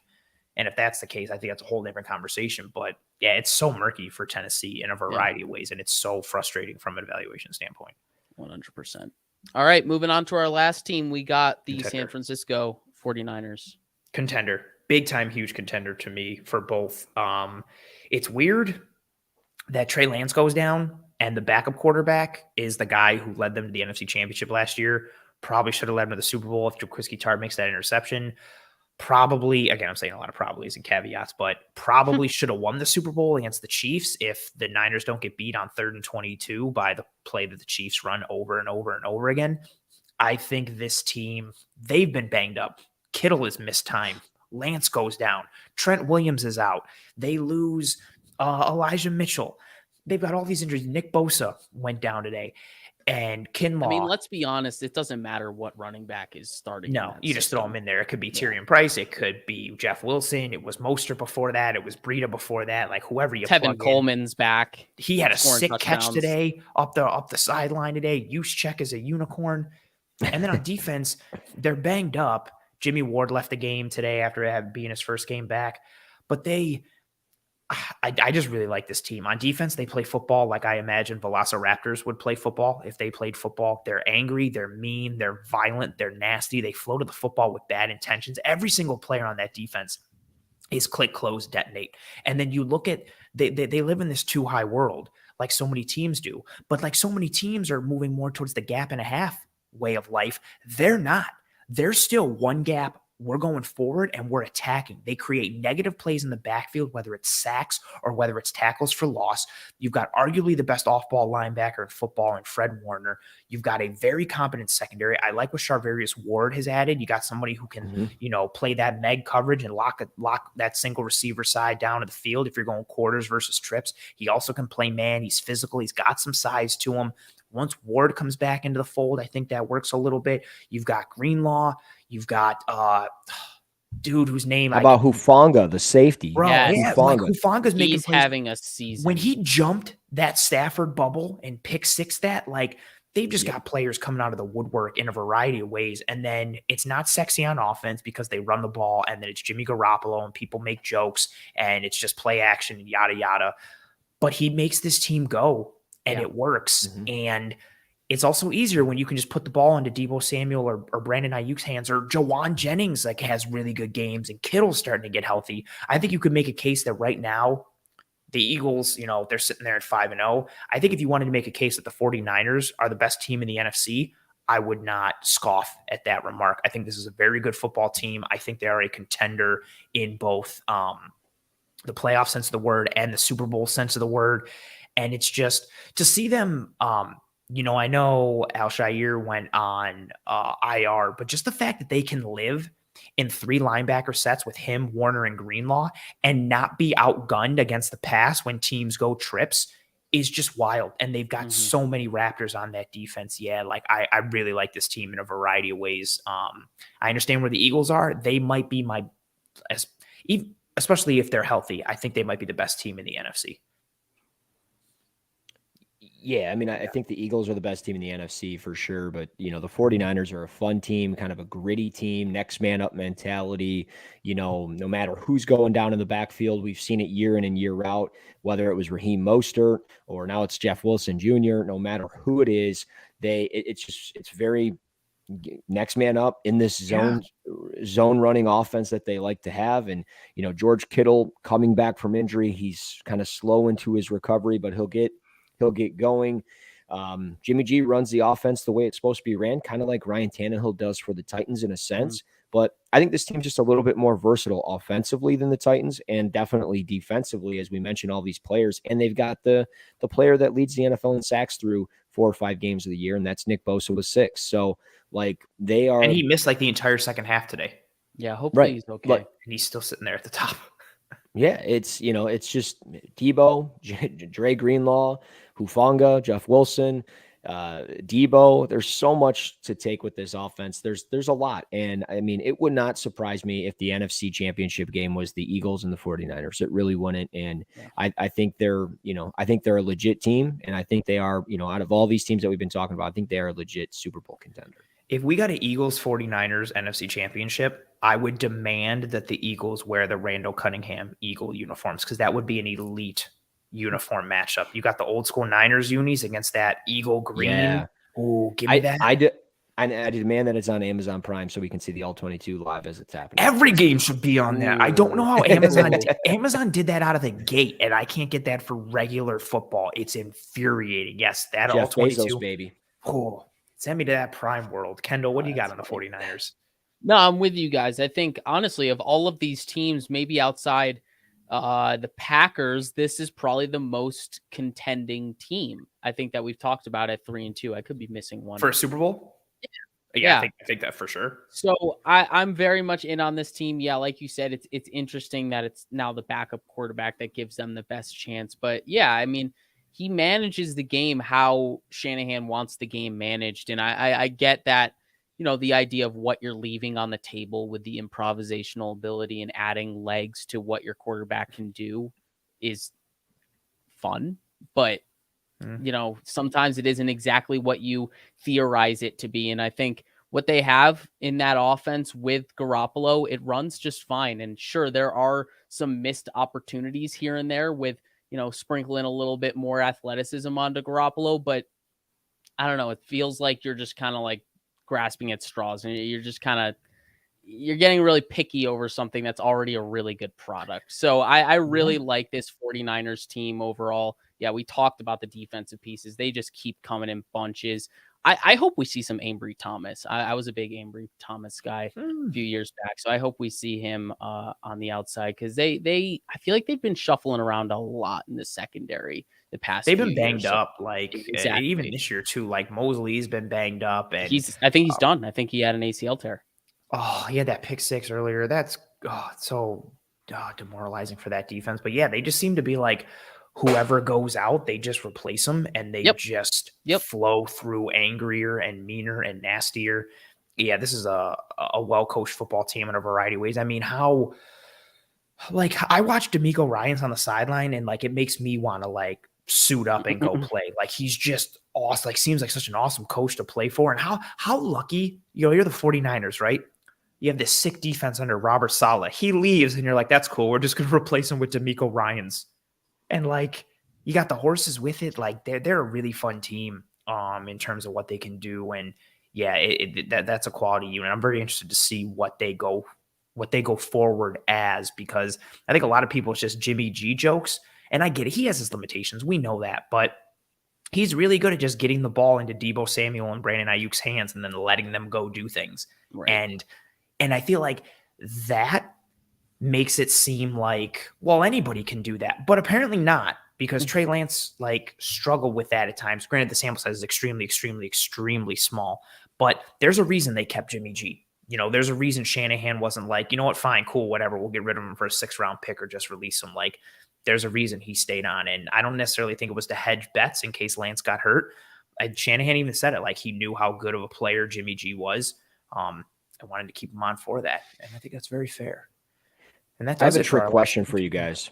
Oh, and maybe it's not updated yet, but according to ESPN stats, so don't look at them, who currently leads the NFL in passing? There's no way this is not updated. There's no way.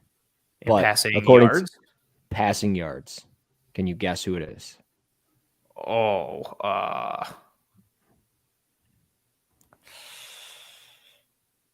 Is it somebody terrible?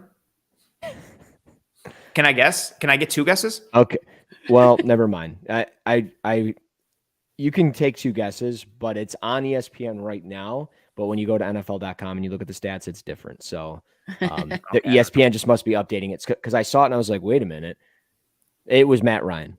And I was like, no, that can't be right. Well, I mean, he has 70 attempts per game. Yeah, he's at almost 1,400 yards. So on ESPN, he's at the top. But then I go to NFL.com and it's Josh Allen, rightfully so. He just threw for 455 yards today. So yeah, and a quarter and a half. Ooh, very fair. And now we move on to our favorite segment as we start to wind down here. We'll dive into it a bit, but we know the Sunday night game has started. We'll try and get people out on time. If anybody's still rocking with us live, and we do have a significant amount of people in here, drop a like on this video if you'd be so kind. It helps us to track and trend in front of more eyes and ears and all of those things. I think this is arguably our favorite segment. Player of the day, rookie of the day, drive of the day. Kendall, we'll start with you. Player of the day. What do you got? I'm going with Justin Jefferson. 12 receptions on 13 targets for 154 yards. Had that late 2-point conversion that he had, really just reaches out over the pylon on that quick out, gets it right over, puts the Vikings up 7. Crucial moment. Obviously, they were down at that time. I mean, he's just the tried and true option for Kirk this season. It seems like he has really shifted from that trust he had in Thielen and shifted it over to Jefferson. And like you talked about earlier, and they're not using him on the outside exclusively. They are moving him around, giving Justin Jefferson the best opportunity to get open at all times. And it is keeping that offense moving. So I'm going with Justin Jefferson for this week. Oh, okay. That's very fair. Russ, what do you got? Yeah, I'm going Saquon Barkley. 70 yards rushing, 36 yards receiving, a touchdown. We talked about it at the top of the show. It kind of all comes full circle here. He is definitely comeback player of the year. Probably going to run away with it. No pun intended. But he's got this Giants offense. He's got this Giants offense clicking, and I love what he's doing. And to have the Giants football team at 4-1 when nobody expected 4-1 out of them. Saquon's kind of been that dude. Yeah, I was torn between. I considered both of those guys, but I was really torn between 2. But one of them is going to be my rookie of the day, so I'm fine with it. So my player of the day, I'm going to hit the low-hanging fruit. I'm going to go with Josh Allen. 20-31, 424 yards, 4 touchdowns. The 1 interception when he underthrew Gabe Davis in the red zone a bit. Also 5 carries for 42 yards. Just pinpoint throws. That first touchdown, the 98-yarder to Gabe Davis into the wind, and he led him upfield, so it took him away from the trail of Levi Wallace and the safety in the middle of the field. He just had some crazy pinpoint accuracy throws today, in addition to some good decision-making in another game where the run game was a little better, but still not great.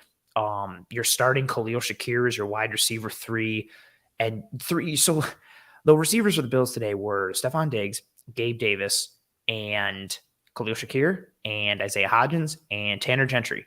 That's what you're looking at for wide receiver. And then, where's Dawson Knox? He's out. So you're looking at Quentin Morris and Tommy Sweeney. And this offense continues to funnel through him. It was Josh Allen for me. Just the multitude of plays that he made, the quality, in addition to the volume, stats and numbers.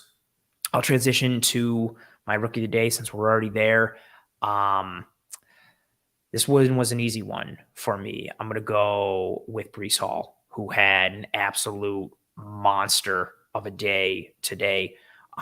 18 carries for 97 yards and a touchdown, 2 catches for 100 yards, including a 79-yard touchdown. Versatility in a variety of ways. He honestly could have had some better touchdown numbers. Michael Carter vultured him a little bit, which was cool because I have him on one of my fantasy teams, so I was pretty pumped to see that. But I think you saw more than just the volume stats. You saw what Breece Hall could bring to an offense and why he was RB1 for so many people. He was my RB2. My RB1 was Kenneth Walker, who had a sick touchdown run today for the Seattle Seahawks. Shout out to Michigan State. Shout out to Russ. Breece Hall was nasty today. And for an offense that, again, is continuing to look for their identity and start to piece some things together and continue to make life easy for Zach Wilson, you've got this running back. You've got a cool running back tandem, like I mentioned earlier, with Carter and Hall. But Hall showing a variety of pieces today. Again, only 2 catches, but the fact that he had 197 total offensive yards today and just runs a good route on the backfield, shows his mismatch capability. Rookie of the day for me. Kendall, what do you got for your rookie of the day? Yeah, I got the same one. I got Breece Hall. I thought overwhelmingly the big thing was him showing that dual threat ability. 197 all-purpose yards. That is huge. That goes towards the scouting report. Him coming out of Iowa State, showcasing that dual threat ability out of the backfield. Not just a runner, a QB-friendly pass catcher, someone that can also get yards after the catch. He showed that today. What do you got? Yeah, I'm going K9. I mean, Kenneth Walker finally gets that opportunity. Yeah. To run. Also, I feel bad for Rashad Penny. Pour one out for him. Dude, just had a great end of the year to 2021. Had a good start to this year. Was a good story with Geno Smith, and just another horrific kind of injury that just derails him. So good news for Kenneth Walker, but I really feel for Penny. That's part of the reason why I didn't pick Walker. I feel so bad for Penny. Yeah, no, I mean, I do too. And I get most of his yards was on a 70-yard run, but that run was gorgeous. He reads that cutback, he hits it, and it's house call. Yeah, it was a great run. He had one of those earlier this season. I think it was against the Falcons. He had a really nice cut. On the reception when he just cuts back almost all the way across field. Yeah. And it's he that's the type of player that he is. He's just so decisive, and he's such a natural cutter. I love his skill set, obviously, but I think as Seattle continues to make these games really competitive that they're in, I don't think we're talking about them as a contender or Super Bowl contender or anything like that. But they're a fun team to watch. They put up points, and Kenneth Walker's now going to probably get his number called, and we'll see what he does moving forward. Yeah, all of a sudden that second round pick being spent on Kenneth Walker really looks to be important now that Penny's going down. That was a cool running back tandem, potentially for this year, but Walker was hurt in the preseason and then earlier in the year, and now he comes back and Penny goes down, so we won't be able to see them function together. But I'm excited to see Walker going forward. I really loved his skill set at Michigan State. So I'm excited to see what he does in the NFL. Russ, we're going to keep it with you for you to lead off for your drive of the day. A lot of these actually decent ones to choose from. But what do you got for your drive of the day? Well, I mean, you could kind of take 2 into account here and kind of stand down the Giants bandwagon as we've been doing. But, Saquon Barkley running that one in, they, 6 plays, 60 yards, 3.5 minutes to go up 27-20. Those are one of those types of drives where, Daniel Jones fumbles the football, takes a bad sack, throws a pick. There was no turnovers there. They go down into the Wildcat. Barkley walks it in. And the thing, as I mentioned about, Daniel Jones is 2nd and goal. He connects for 6 yards to Darius Slayton, gets them down into inside the 5. He has a big pass to Saquon Barkley for 41 yards. But again, Barkley caps that one off. But really the one that I wanted to talk about, and it was a defensive drive, was what the Giants did with their backs against the wall, 3rd and 2 from the 6. Kayvon Thibodeau, big pass break up there against Aaron Rodgers. And then the next play, Xavier McKinney does it as well and forces the turnover on downs. And it ultimately allowed them to seal the game. And it's one of those things, those are the games where they are able to put it all together.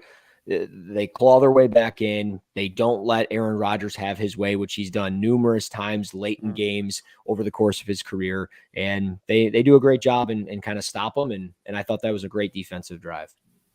That was up there for me too. I figured one of us would pick it, so I kind of kept it in the holster. Well played. Kendall, what do you got for your drive of the day? I'm actually sticking with the Giants, but neither of the ones you mentioned. I'm going with the game-tying drive, 15 plays, 91 yards, 8 minutes elapsed.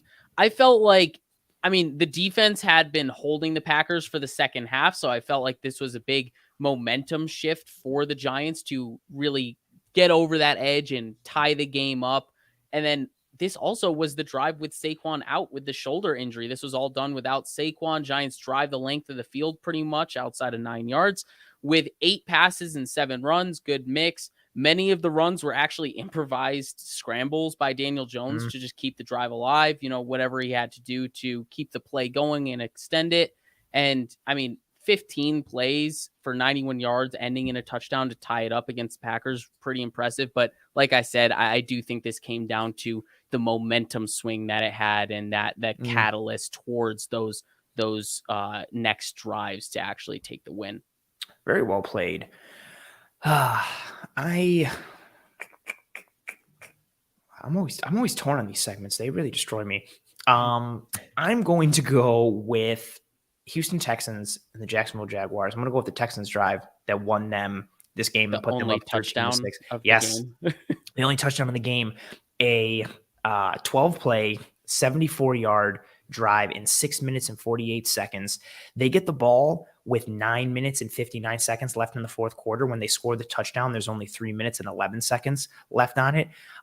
Granted, they were helped out a couple times on this drive by some penalties on Jacksonville, but they are located down in Jacksonville territory, 3rd and 10 on the Jags 38 after a false start penalty. And it's 3rd and 10, and Mills hits Akins for 11 yards, and then it's Pierce for 5, and then it's Pierce for 20, and you just see his ability to continue to gash this offense. Davis Mills be able to make some throws and make some plays. The fact that obviously this drive ended in a touchdown and ended up winning them the game, but the way it happened, they got, granted the Jags had some self-inflicted errors, but the Texans took advantage of it, and anytime you go like double-digit plays and push almost 7 minutes. Again, 12 plays, 74 yards, 6 minutes and 48 seconds. That put the onus on Jacksonville, who hadn't played well on offense up to that point, to be like, well, we have to make a play now. It really kind of squeezed everything and made it tighter. Shout out to Dameon Pierce for having another solid rookie. He's been a multiple-time, rookie of the week on this show. He continues to be sick for the Texans. They seem to have really found an RB1 there. And they compete every week, and they were in a solid position to win. And, so that's, I'm going to give them my game ball for that. It was tough though. I do like both of those Giants drives, but I figured there's always so many. Oh, what was the game of the week? What's the first game I should check out on replay? Oh, for me, I'd probably say Chargers Browns. If you want a close game, probably, just for the back and forth nature. Actually, honestly, so from the back and forth nature, that was good. But in terms of like back and forth, but also good enough football, Giants Packers was really I was fun. going to say that's definitely the other one. Giants Packers was fun. I'd go with both of those. I would say any of those. Eagles Cardinals as well, maybe. I actually need to watch that on replay. Cardinals fought a little bit today. Yeah. Yeah, and Jalen Hurts, Marquise Brown has been a stud for them for the Cardinals. And Jalen Hurts is like a walking touchdown, anytime touchdown in betting. So the Eagles are legit, man. They're fun. Yeah. I'm super excited to see Hurts do well because I touted him last year on the fantasy show, and everybody on the show mocked me for liking Jalen Hurts. So it's fun to see things come to fruition. Who would have thought? Who would have known? was me. It was me, Austin. It was me all along. Russ gets that reference. Kendall, you don't, but Nope. Russ does. And that will do it for us here on this episode of Cover One Football Weekly. Russ, it was awesome to have you back and back into the fold and the routine as we will start to see. Great to be back. Going forward. Yes, we're very happy. Well, welcome back. Well done. Yeah, this will be the routine going forward, unless, like Russ mentioned, if his son's team makes the playoffs, and then we'll see what happens from there. If they have some really good kids, putting the call to me or Kendall, we'll pay him a visit and go Tanya Harding on them and just really try and push your son's team and because you're a part of that. Towards the playoffs. I know you're your son's team. There's a lot of there's turmoil in the front office and whether or not the team's going to get relocated. You guys made a bunch of free agent signings this offseason. So I know there's a lot of pressure for you guys to come through this year. So anything that myself or Kendall can do to help push you guys towards the championship, I just want to let you know that we're here for you. Yeah, I need about 2 kids that are about $170 and can run like the wind. Kendall looks like a kid and probably weighs about $170. I could so probably Kendall, do that. Yeah. Suit up, bro. I could totally get away with that. Suit up. His birth certificate says I am 12. I am 12. Right. That's it. I could totally get away with You're good. Just do it up. You'll be fine. But no, it was good to have you back into the fold, Russ. And this will be the grouping that you folks will see each week on Cover One Football Weekly, happening at 7:15 p.m. Eastern. We got to see what we're doing next week on this channel as the Bills play at 4:25. That'll creep into some potential post-game things that we have on the network. So we'll see what happens next week. But you'll be getting another episode from us next week, and then back to our regularly scheduled routine at 7:15 p.m. Eastern every single week after that, including playoff time as well. So we're very excited to keep riding this thing until the wheels fall off. Thank you to anyone who joined us in the live chat tonight. Thank you for all comments, kind words, engagement with us, engagement with each other in the chat. Any and every ounce of feedback and engagement like that is tremendously appreciated. Thank you for your live view. If you watch this later, listen to this later, whatever have you, thank you very much for your listen, your download, your view. Again, whatever shape or form your support came in, we're greatly appreciative of it. If you are here on YouTube live or later, please drop a like on this video. Likes are the lifeblood of live streams. It really helps us track and trend in front of more eyes and ears. If you're on one of the podcasting apps or platforms, please rate and review. Either way, subscribe on YouTube or one of the podcasting apps or platforms. Again, we appreciate all of your support in any and every way that it comes. We hope you and your family and friends and loved ones are all doing well and staying safe. Be kind of one another. Be kind to one another. Take care of one another. It's been a long day, but we appreciate you riding with us here. This has been another episode of Cover One Football Weekly. And for myself, Anthony Prohaska, for Kendall Mirsky, for the returning Russell Brown, we are your hosts here on this show. We will see you next week.